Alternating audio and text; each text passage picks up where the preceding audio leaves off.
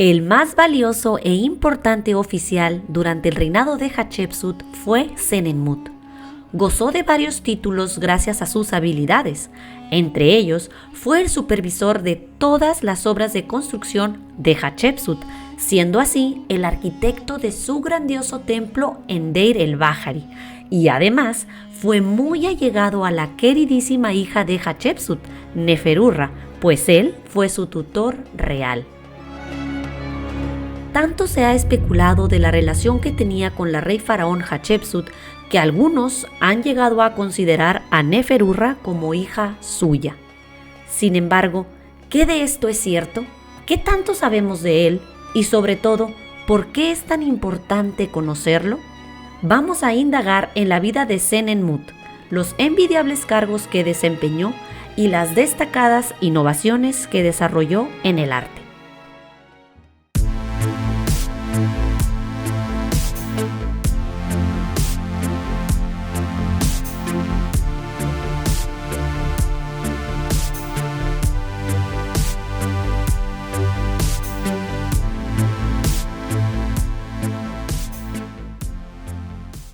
Nada de los inicios de la vida de Senenmut indicaban que fuera a tener un futuro grandioso, pues sus padres eran de un origen relativamente bajo. Aparentemente, no tuvieron ningún puesto administrativo o religioso. Lo que nos deja esto claro es que su padre, Ramose, al morir, no tuvo el beneficio de un embalsamiento elaborado. Sin embargo, su hijo Senenmut logró ser del escaso 10% de los antiguos egipcios en saber leer y escribir, posiblemente gracias a los esfuerzos de su padre. Y si bien su padre no gozó de una tumba digna al momento de fallecer, posteriormente sería recompensado. La madre de Senenmut, Hatnofer, tenía el título matrimonial de señora de la casa, que era el título típico de las mujeres casadas en el antiguo Egipto. Esta señora vivió más años que su esposo y a diferencia de él, ella sí que tuvo la fortuna de ver el crecimiento de su hijo Senenmut en su carrera laboral. Probablemente Senenmut comenzó su carrera como servidor en el reino de Tutmosis I, el mismísimo padre de la posteriormente reina faraón Hatshepsut. Así que Senenmut es capaz de irse enrolando poco a poco en los asuntos del reino y ya no nomás en lo administrativo, sino en asuntos digamos más personales también. Gracias al video anterior, en el que abordamos todo acerca de la vida de Hatshepsut, sabemos que sus padres la casan con su medio hermano, Tutmosis II, y que juntos tienen una niña llamada Neferurra. A esta niña, Senenmut será sumamente allegado. Cuando muere Tutmosis II, el esposo de Hatshepsut, Senenmut comienza a hacerse cargo de lo administrativo de la ahora reina viuda, convirtiéndose en el gran mayordomo de la esposa del dios, o sea de Hatshepsut.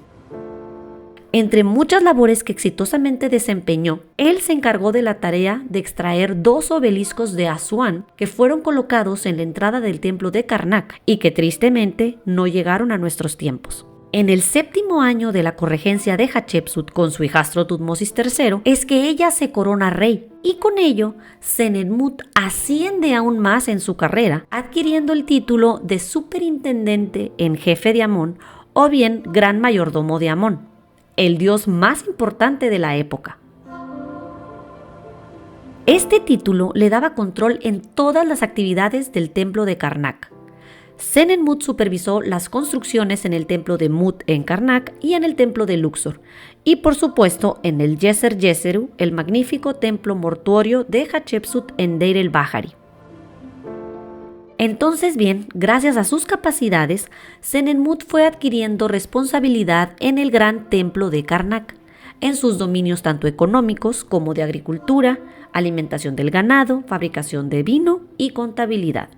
Se convirtió en el oficial más destacado y básicamente en el preferido de la rey faraón, y esto claramente le daba una posición distinguida. Para los antiguos egipcios, estar preparados para la muerte era algo importantísimo. Por eso es que en vida comenzaban a trabajar en sus aposentos funerarios. Pero para esto había que tener la capacidad, es decir, la riqueza, para poder tener un espacio adecuado para un entierro digno. Con el favor del rey y el buen desempeño en sus oficios, Senenmut comenzó a construirse una tumba capilla tallada en las laderas superiores de Sheikh Abd el-Qurna. Es conocida como la tumba tebana 71. Hoy en día está muy dañada por un colapso de la roca donde fue tallada. Lo bueno es que aún queda un poco de la bella decoración que solía tener. Se aprecia un bellísimo y colorido friso con la representación de la diosa Hathor, a quien representan de manera frontal con orejas de vaca. Además, los techos estaban decorados con patrones geométricos y las paredes con escenas de personas oferentes. En la capilla estaba una falsa puerta que fue la culminación arquitectónica y decorativa de la tumba capilla. Estas puertas falsas no abrían, he ahí el porqué de su nombre. Tenían más bien una función espiritual que consistía en dar acceso al fallecido al mundo de los vivos, como un umbral entre el mundo de los vivos y de los muertos, y a través de ella el espíritu del fallecido podía entrar y salir. Veámosla a detalle. Casi en el centro están un par de ojos de Horus, también conocidos como Udyat. Justo arriba de ellos está representado Senenmut sentado con sus padres. Todo lo que los rodea, dentro del marco, es una inscripción tomada del libro de los muertos, correspondiente al hechizo o rezo 148. Las palabras son aquellas de un oficial encargado de mantener las ofrendas funerarias, quien se asegura de las provisiones eternas para el fallecido al invocar al toro sagrado y a las 7 vacas celestiales, que están representados al lado izquierdo de la fachada arquitectónica. Pide que den provisiones al mayordomo Senenmut, que dé pan, cerveza y poder, y que Senenmut lo siga. Y del lado derecho, ¿a quién vemos aquí? Al dios Chacal, al dios Anubis, ya que él también es invocado en la inscripción, como el poder del cielo que abre el disco solar, timón piadoso del cielo que guía a las 2 tierras. Debajo de Anubis hay 4 figuras momiformes, que son los 4 timones del cielo o puntos cardinales. Frente a la tumba se construyó una terraza artificial y sobre ella, en la cima de la colina, está una estatua cúbica sin terminar, tallada directo de la roca. Como muchas de las estatuas de Senenmut, está sosteniendo a la princesa Neferurra. Aprovechando los trabajos de construcción, se hizo de un hueco para colocar ahí a unas personas muy importantes para él. Justo debajo de la tumba capilla de Senenmut, la TT-71, se descubrió en 1936 la tumba de Ramose y Hatnofer, sus padres, y lo mejor de todo es que esta tumba estaba intacta. Cuando la madre de Senenmut falleció, sí que fue enterrada de una mejor manera que su padre, pues Senenmut ya contaba con suficiente riqueza, y como te comenté anteriormente, su padre sería recompensado, pues pudo sacarlo de su humilde entierro original y recolocarlo con su madre, reuniéndolo así finalmente con su esposa. En la tumba estaban los sarcófagos, unos jarrones, unas canastas y unos cofres. ¿Qué había en ellos? Vamos a ver los tesoros que se encontraron aquí, porque son una obra de arte por sí solos. Si bien la momia del padre, Ramose, estaba envuelta en un sencillo lino y su sarcófago era algo simple, la momia de la madre, Hatnofer, estaba envuelta en lino del estado real de Hatshepsut y un sudario con textos inscritos del libro de los muertos. En el rostro tenía colocada una máscara funeraria dorada que había sido primero moldeada de cartonaje, con capas de lino y yeso, y una vez lisa fue recubierta con lámina de oro. Los ojos de la máscara dorada son incrustaciones de alabastro egipcio colocados en cuencas de ébano. También fue enterrada con joyería. En su pecho estaba colocado un pendiente con forma de escarabajo. Este tipo de escarabajos del corazón era un amuleto muy popular, pues el corazón, para los antiguos egipcios, era el centro de la vida, del pensamiento, memoria y valores morales. Recordemos que en el juicio final, el corazón era pesado contra la Ma'at, el principio de orden y justicia. Solo si el fallecido había vivido una vida correcta, era permitido que viviera en la siguiente vida. Así que este tipo de amuletos ayudaba al fallecido a asegurar un juicio positivo en el pesaje del corazón. Generalmente la parte trasera de estos amuletos estaba inscrita con un pasaje del libro de los muertos llamado el hechizo o rezo del escarabajo de corazón. Además, otros 2 amuletos de escarabajo la acompañaban y en sus dedos portaba anillos. En el dedo meñique de su mano izquierda estaba colocado un anillo con un diseño de escorpión en su base.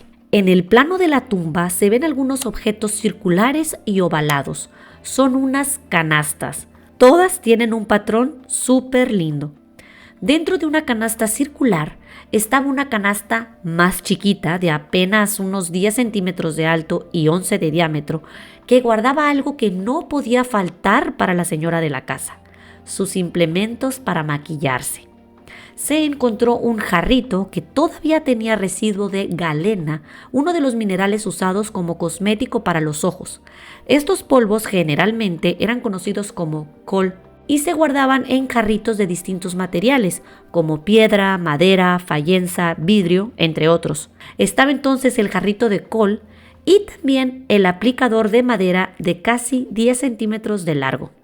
También se encontró en la tumba un espejo decorado con el emblema de la diosa vaca, Hathor, donde se veía al maquillarse. En una canasta ovalada, Senenmut se encargó de dejar suministros necesarios para nutrir los espíritus de su familia en la siguiente vida. Dentro de la canasta había varios tipos de pan, platillos con dátiles y pasas.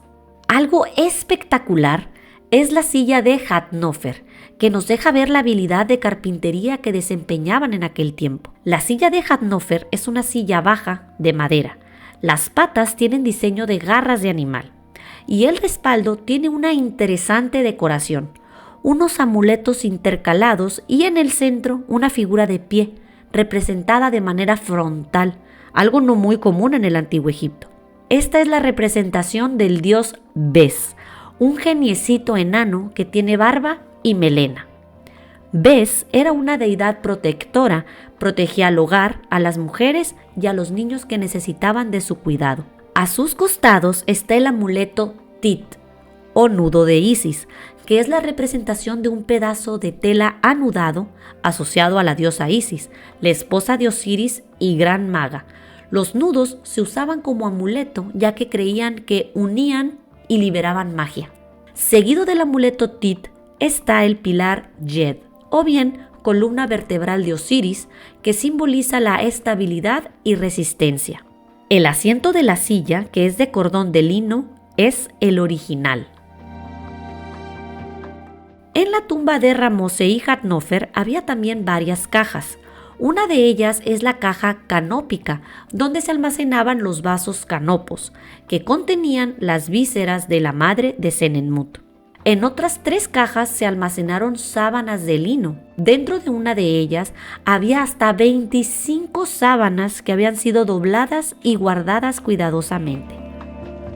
Además, estaban 2 sarcófagos que contenían algunas momias, correspondientes a 4 mujeres y 4 niños, que probablemente eran de la misma familia. Parece ser que Senenmut aprovechó el fallecimiento de su madre para sacar de sus entierros originales a otros familiares y trasladarlos aquí, donde sus almas se podían beneficiar de un mejor entierro.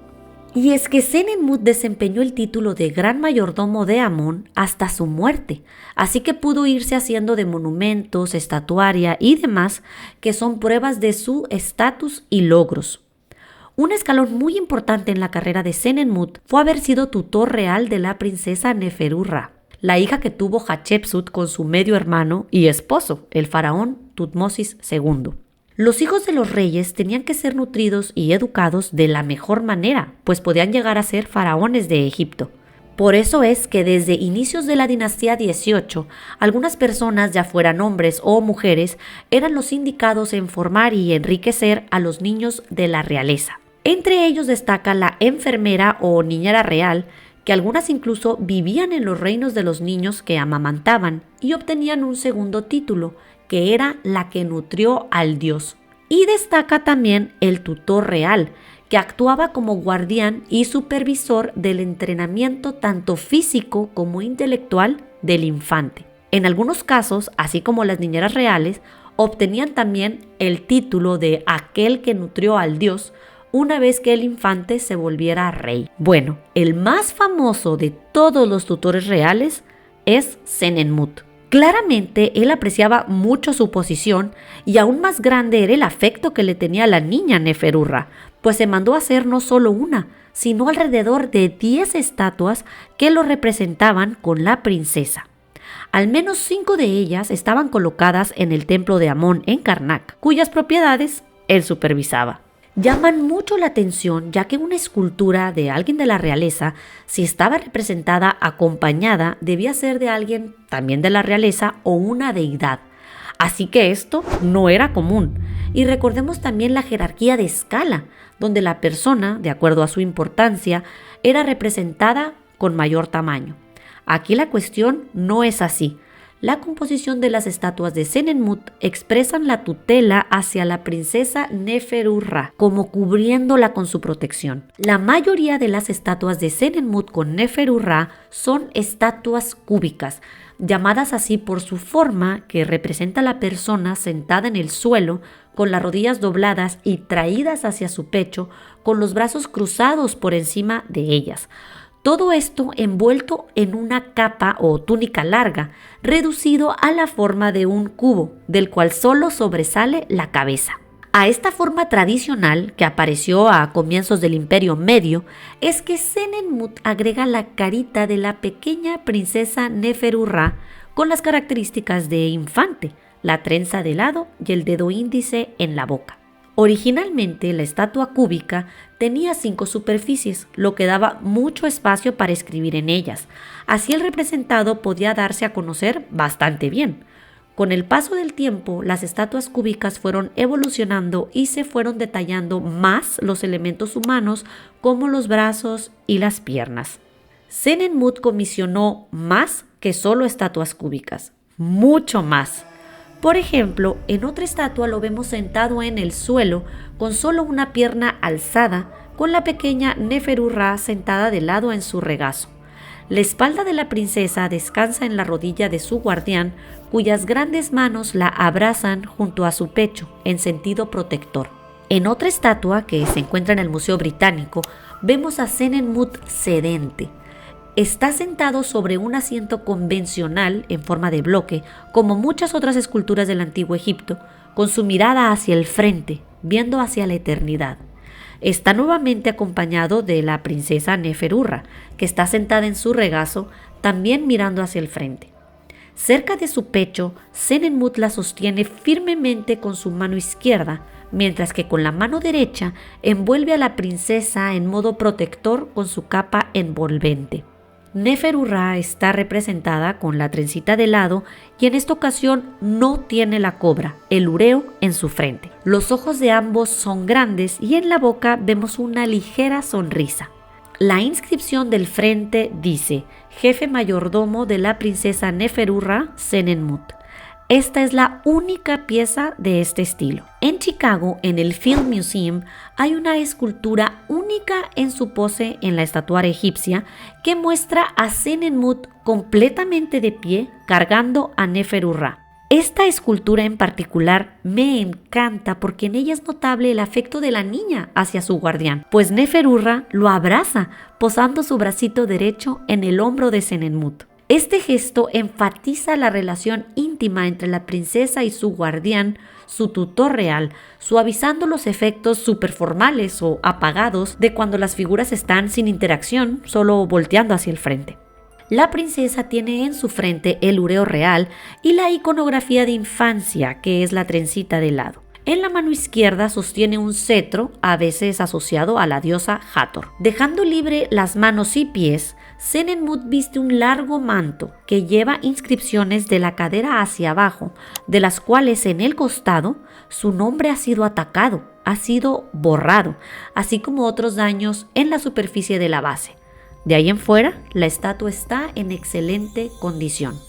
Senenmut fue un hombre indispensable en la vida de Hatshepsut. Además de ser el oficial con el cargo más alto y el tutor real de su queridísima hija, fue también el supervisor de todos los trabajos reales, es decir, es el arquitecto principal del templo mortuorio de Hatshepsut en Deir el-Bahari, una de las obras arquitectónicas más emblemáticas del antiguo Egipto.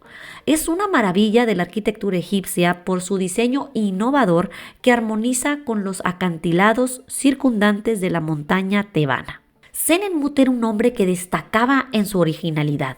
Parte de ello fue su invención de criptogramas, es decir, un mensaje escrito en clave. Estos se convirtieron en una manera nueva de escribir los cartuchos del rey. En la parte superior de la estatua de El Cairo, cerca del hombro de Senenmut, hay inscritas dos figuras. A simple vista vemos a un buitre en vuelo y a una figura humana de pie. Sin embargo, son dos criptogramas. En el cuerpo del buitre tiene superpuesto el ojo de Horus, el ojo Wedjat de protección.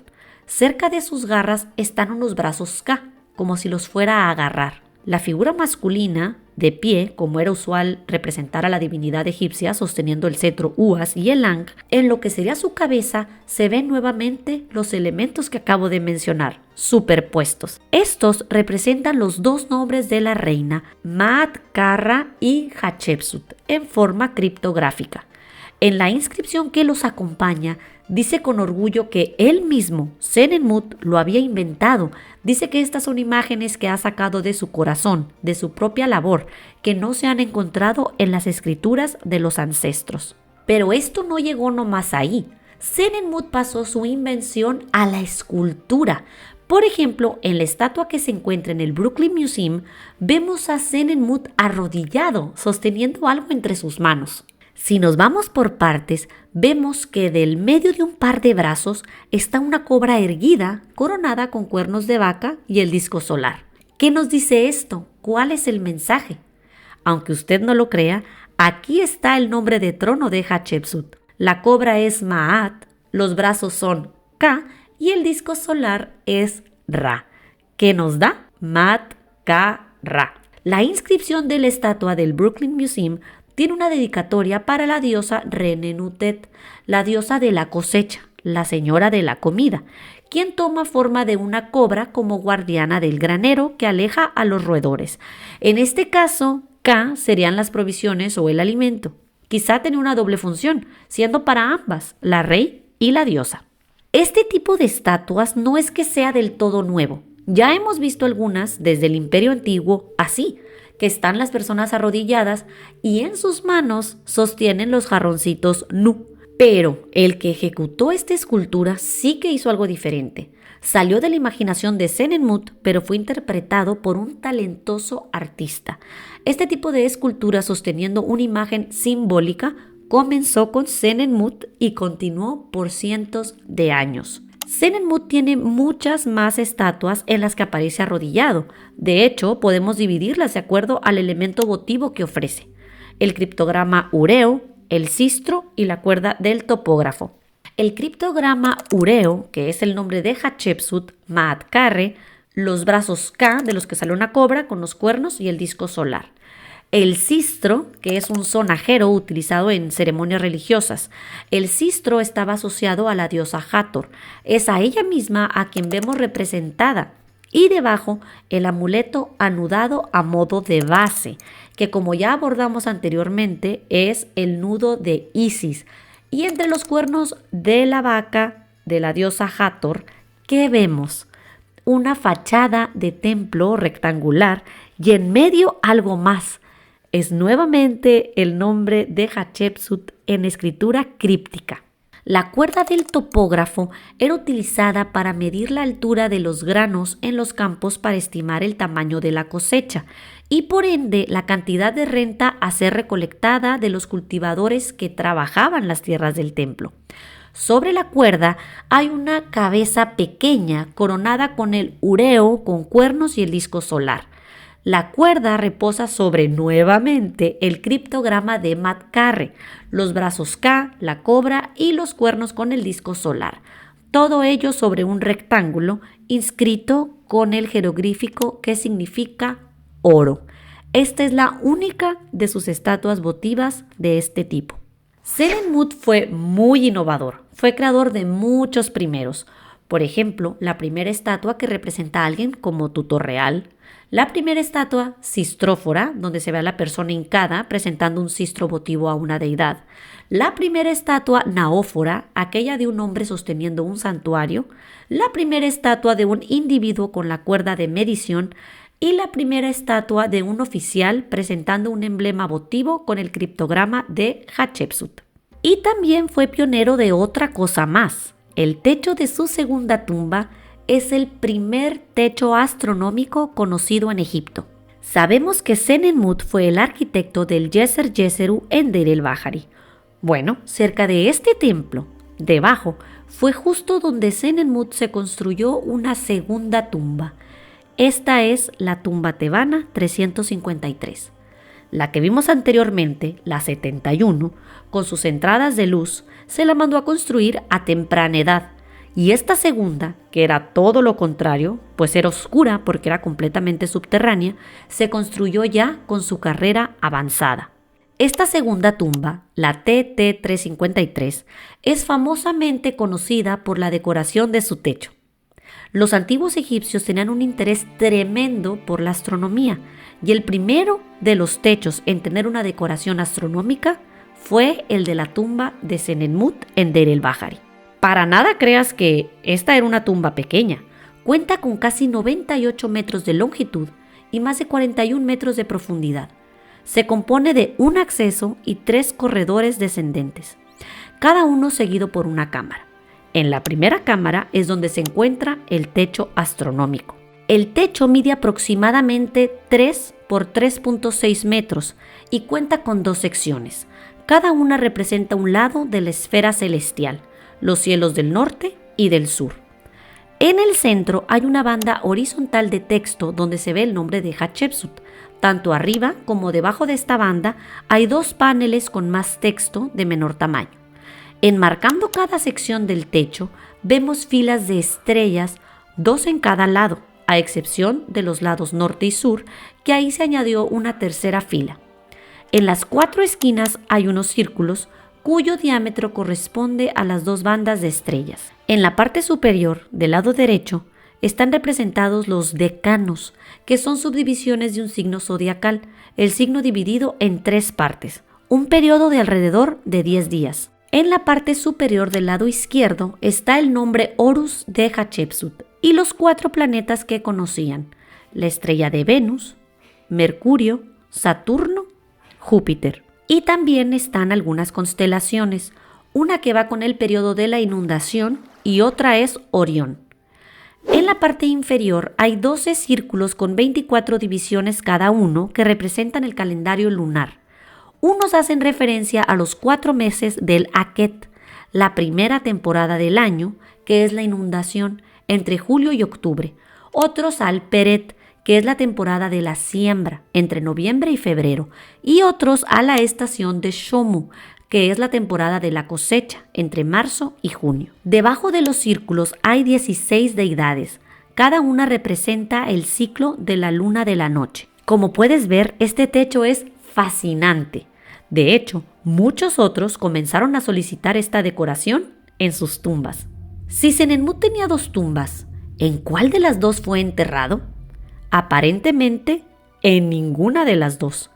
En la primer tumba, la TT71, se encontró un sarcófago de cuarcita con forma ovalada, lo cual llama mucho la atención.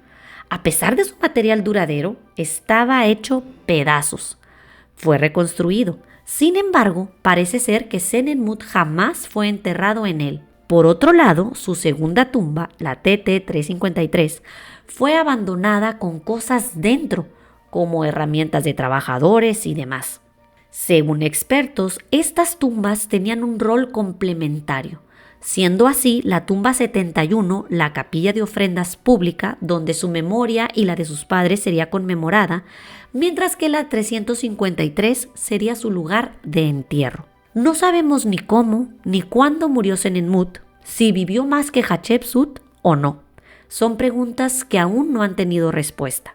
El último documento que lleva su nombre es un registro informal de trabajo en un ostracón del año 16 del reinado de Hatshepsut, que es justo el año en el que murió la princesa Neferurra. Recordemos que Hatshepsut sufrió de una damnatio memoria, donde atacaron sus estatuas y eliminaron su nombre, intentando borrarla de la historia. ¿Por qué han borrado también el nombre de Senenmut?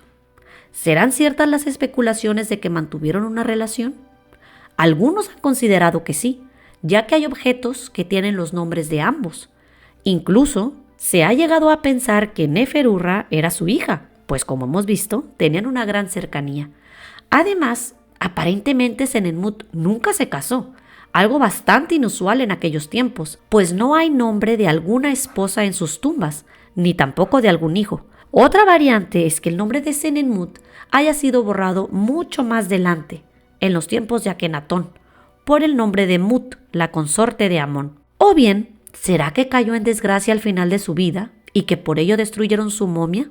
Como mucho de la vida de Senenmut, el ataque a sus estatuas y el paradero de su momia es un misterio. No parece ser conectada a la damnatio memoria de Hatshepsut, tampoco a los ataques del culto Amón, que tomaron lugar en el reinado de Akenatón por culto al único dios Atón.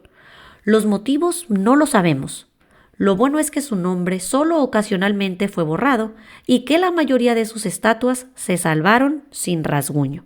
Lo que sí podemos afirmar es que Senenmut puede ser justificablemente descrito como uno de los más eminentes e influyentes personajes de la dinastía 18.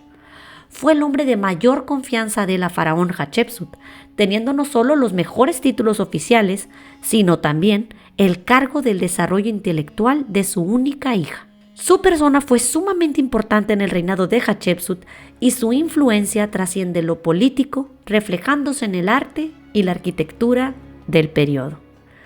Muchas gracias, espero te haya gustado este video. Si fue así, házmelo saber con tu like. Suscríbete al canal para conocer mucho más del arte de todos los tiempos. Hasta la próxima.